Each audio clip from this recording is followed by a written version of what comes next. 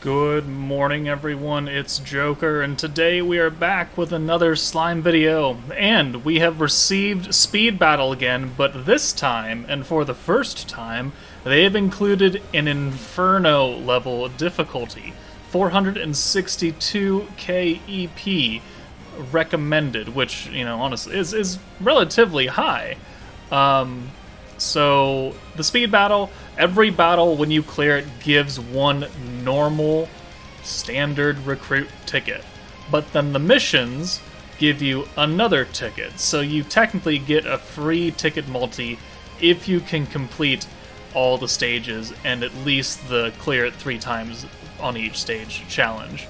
So, I mean, are these stupid tickets, like, the best thing in the world? No.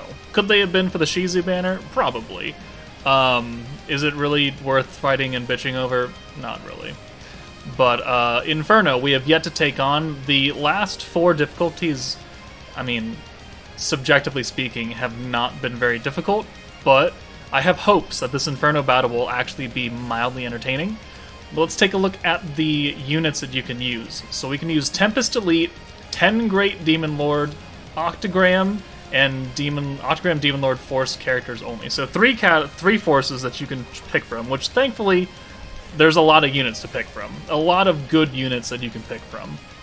The missions, so clear with everybody alive 3 times, send a 6 hand of blue, green, and orange. So that'll be your main focus of clearing it 3 times, is focusing on which orb you want to send. With at least 4 physical, 4 magic characters, 4 turns or less, and then with 2 units that are 4-star or lower starting out. So we'll do a couple of these missions now. Oh, and as a side note, before we jump in, each fight, even if you can't clear Inferno, it still gives you, these crystals, right? So you don't feel like you need to clear Inferno unless you're really hankering for the 2 recruit tickets you get. You could very easily just do this over and over on one of the lower difficulties that you can clear, and then go into the shop, which we didn't actually talk about the shop, so we're talking about it now. There's some good shit in here, so you don't want to miss out on it. But, sure, you're going to be missing out on the missions. Maybe try and clear them. If you can't, then oh well. But do the event, because, 5-star shard, EX rocks, platinum and gold hammers, these are very crucial commodities. Rainbow rocks, and even the big rocks. Like, there's good stuff in here, so don't feel compelled to attempt to clear Inferno if you know you can't do it. Just do Extreme, do Master, get the currency, just get enough to clear, like, the most important things, which are going to be the shard, the hammers, the EX rocks, and then after that is, what your own picking. Rainbow rocks, probably. But, take it at your own pace. If you can't clear it, you can't clear it. At least you still have the option available to still do the event and get currency. It just won't be as quickly as other players will. But the shop is good. I like the shop. The event, yes, the Inferno difficulty is new. You don't have to do it. So I want to put that out there. But now let's move on to the first team. Let's take a look at the units that I have made for this battle. So we have a speed-focused team, Frey, changing greens, giving us crit. We have a mostly full physical team, so we've got the 1, 2, 3, 4 physical character mission done. No 4-star units, though. We'll cover that later. But we've got Lumi, who turn 1 gives us skill points, and she's a special converter. Dark Milim, who's a special converter, and turn 2 gives us skill points. Milim is a converter. Shion is a converter. Rimuru is converting to blues, don't really worry about that, he's here for his physical buff. But, I mean, this team has worked so far, it's worked quite well. But if we click in and try and pick a new character, here's what we can use. So we've got Benimaru, we've got all the 4-star units that are getting a huge EP buff. We've got 1, 2, 3, 4, 5, 6, 7 free-to-play meta character. Well, 6, because he's weird, bizarre kind of thing. But 6 free-to-play meta characters that are available that get the super big buff. And then we've got, like, Guys, Lumis, Milims, Shions, Shunas. We got a few Reamers in here, Diablos. Like, there's not... well, actually, so let's rephrase that. There are good units to pick from. if you have them. You know, Guy, very good unit. Most people should have summoned for him. Lumi, same thing. Space Milm is old. She's good. This Dark Shion's really good. She's free to play. We've got, you know, fire units that are OG or very soon after. Water Shuna. Space Shion, she was on a few banners for, you know, previously, but Diablos are here. And then you've got all the characters you can't use, which unfortunately is the Konosuba team, which, you know, we just got done summoning for. So it's kind of sad that you can't use them, because most people right now would have them. But there are a lot more not useful characters in this cannot use pool than there are in the actual usable pool of units. So we're going to continue and take on the first clear of this with the team I have built after I get some stamina. He does have a few nuances to him, this Carrion. So let's take a look. Quest details. So he's got 267k EP, which is a lot. Don't get me wrong, but you can overcome it. 13k attack and 11k defense is pretty good. But he has permanent magic resistance. So you're really looking to bring physical characters, which is why I have a full physical team almost. And then he also gives himself crit and pierce resistance and guard rate. And these happen on very specific turns. So turn 1, he always has magic resist, so that's what happens. Turn 2, he gives himself the pierce resistance. And these last for technically 1 turn. Actually, it lasts for 2 turns, hold on. I've never done Inferno, so I think this is different than the last fights. Hold on. Limit. Carrion. No, they last for 2. Okay, hold on. Weird. Alright, normally it's, you know, turn 2 he has pierce resistance, turn 3 he has nothing, turn 4 he has crit resistance, and turn 5 he has guard. We'll see if it carries on like that. But it is also not a set starting hand. So if you don't get a good hand you like, you can reset over and over and over again until you get a good hand, or you can just run with it. But for this first run we are going to just deal with what we've got, and we'll see how it goes. Okay, I gotta... If I had brought Guy, this would be really cool, but I didn't bring Guy. So, I think we'll just do this. So, Rimuru has Water Shion attached to him, and then Bride Shion has Rimuru attached, so we get extra protection gauge on turn 2. We'll send the blues, and then we'll see what we get next hand.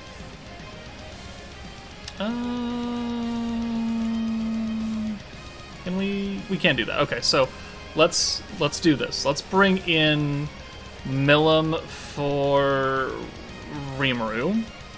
We'll use her orb change, 25 points, and then we'll bring in Lumi and use her orb change. So right now he has the pierce resistance. It's only for 1 turn. I don't know why it says 2 turns. But 100% pierce resistance. I mean, if you pierce, you will do 1 damage. And you're lucky to do 1 damage. So we're really not looking to pierce. If you're bringing like a pierce-focused protector like Bride Shizu, don't use her this turn. Wait. Just turn 2, you don't have to use it. So let's do this. And then turn 3, he shouldn't have anything special going on. Oh, he does have a decent amount of health. Alright. So the pierce resistance is gone now. Okay, so now he just still has that permanent magic resistance. So since we're bringing Frey, we want to use her now, and then on turn 5, the last turn. Because on turn 4, he's going to get 100% crit resistance, and that is not the time you want to use Frey, because you'll just nerf your own damage. So let's use some skills just to get ourselves buffed up. We can take Lumi out for Rimuru. Use this orb change here, just for funsies. And then we can use Frey. So we're just buffing up the amount of damage that really Milim is going to do, because no one's giving Shizu Pierce, or Shion Pierce, so her stacking buff is irrelevant. But we shall do this, and we will get as much damage as we can out of this Milim right here. Hopefully we get a good hand next turn, because we can't use Frey, because we want to do maximum damage. And doing that on this... Okay, that's really good. Okay. That is really good. Alright, let's keep using these skills. So let's do this. We could have used, Dark Milim or Valentine to orb change those, but 2 individual skills is better for our Milim's crit damage. So here, we'll just swap you out, I guess. We'll pull in that other green. Actually, we're going to bring you in instead, because you're physical. Okay, and this will get Milim's ult. Unfortunately, not Rimuru's ult, but that's fine. We'll still have 2 physical single-target ults going, and we'll have max points and almost 2 frays, if not 2 frays. But can we kill with these 2 ults, is, I guess, the better question. Alright, so now his crit resistance is going to wear off, and now he has 100% guard rate, which means that you're really banking on the ults to kill. Right? You're not really looking for normal orbs to do much damage here. Let's get you out. Perfect. So let's use the big physical damage buff. Let's use Frey to give everybody crit, now that his crit resistance is gone. And then... oh man, if we had one more Frey, that would have been real nice. But we don't, because if we had one more Frey, we could have foregone the Xion buff. Well, we could have used the Dark Milim ult buff, but we didn't. So we're going to use this, and we're going to pray that we can kill. And if we don't, then I guess we'll come back. But we've already long ago accomplished the mission of sending 6 greens, so that's good. And let's see how this goes. Xion, 54k, not great. Milim does 101, but can we actually kill here? Okay, we do, even with his guard. Okay, that's pretty lucky right there. We just out-damaged his guard. So there we go. There's the first turn clear. Obviously, it's a very stacked team. So let's come back now with a different team focus and maybe less premium units and see if we can still get the job done. Alright, for the next missions, we'll be using almost the same team, but instead of bringing Frey, we're going to bring Toa for the full hand of orange mission, which technically, because we have so many orb changers on this team, we can still get the full green hand as well. It won't be that difficult. We have 1, 2, 3, 4 green orb changers, so you could get it. I think we do get it on this run as well. But instead of physical EX Rimuru, we're bringing Fire Milim instead to seal the crit in case that we nuke on turn 4 instead of turn 5, because there is a mission to nuke on turn 4, or to kill him on turn 4, but that's when he has a whole bunch of crit resistance, which, you know, we kind of need for Milim, which also we're bringing Fire Milim to give Fantasy Milim the crit as well. So that's why this team is built like that. No physical Rimuru, because the physical buff is good, but the crits are more impactful for, you know, Water Milim after all. So thankfully, you can reset these hands for a decent opening hand over and over and over without losing stamina, so that makes things maybe a bit time-consuming, but also pretty good. So I've reset for this, so a good full green orb change, which we can use with Milim. So what do you know? There's the full hand of green mission. Done. Perfect. Turn 1. We'll bring in Xion, and then we'll go ahead and run this. Technically, Dark Milim has a higher attack stat than Xion, but it is what it is.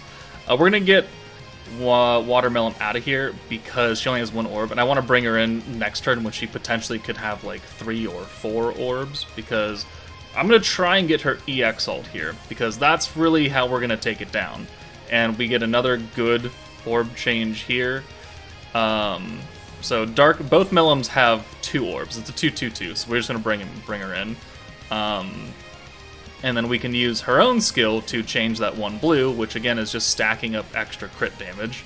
So we're going to do that. I think we also use Xion's orb change as well, just to use extra attacks. And then we also use Xion's attack.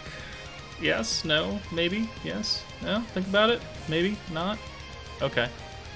I think I do, because we have 67 points, we're going to get so many back. So we're just going to do a little bit extra damage here. No one is giving her Pierce, so her having her attack buff on the nuke turn is not really the most important thing in the world. But that gets us an ult for her, which means that we can send her away to the back and have her live there until the actual nuke is ready. 9,000 damage, looking pretty good. Alright, that's what we wanted to see right there, is a whole bunch of orbs, because if we pull Xion out, that other Milim orb is going to come in, and that's 4 Milim orbs, and we're going to use Toa this turn, and that's 4 orange Milim orbs, which is even better. So we're going to use the attack buff again for Xion, get her away. That's cool. We'll have it ready. Now 4 orbs. We'll use Toa. This will give us the full Hand of Orange mission. So that's done there. This is, let's see, 1, 2, 3, 4 physical units still, because we just swapped Fire Millum for, physical Rimuru. So it's still going to get you that as well. And then, there we go, we got an EX ult for Millum, which is perfect. He still has quite a bit of health left, but we also have quite a few Millum orbs. And we've got 100 points and another Toa, which means we can use all of the, all the buffs we need. So we can use the crit here, and we can use the attack buff. It means that we're not going to get the crit on Xion, but that's fine. And then we also have a Dark Millum ult, which is just additional damage. So that's great. We'll bring you in for Fire Millum, and then we'll use Toa, and then we'll use the ult buff from Dark Millum, and then we'll have 3 ults, one of them being EX, and one of them having quite a bit of crit damage. And he has no crit resistance now because we've sealed it. So we'll send 1, 2, 3, and then we'll send these Millum orbs, and we will get that kill. So 35.7, not great.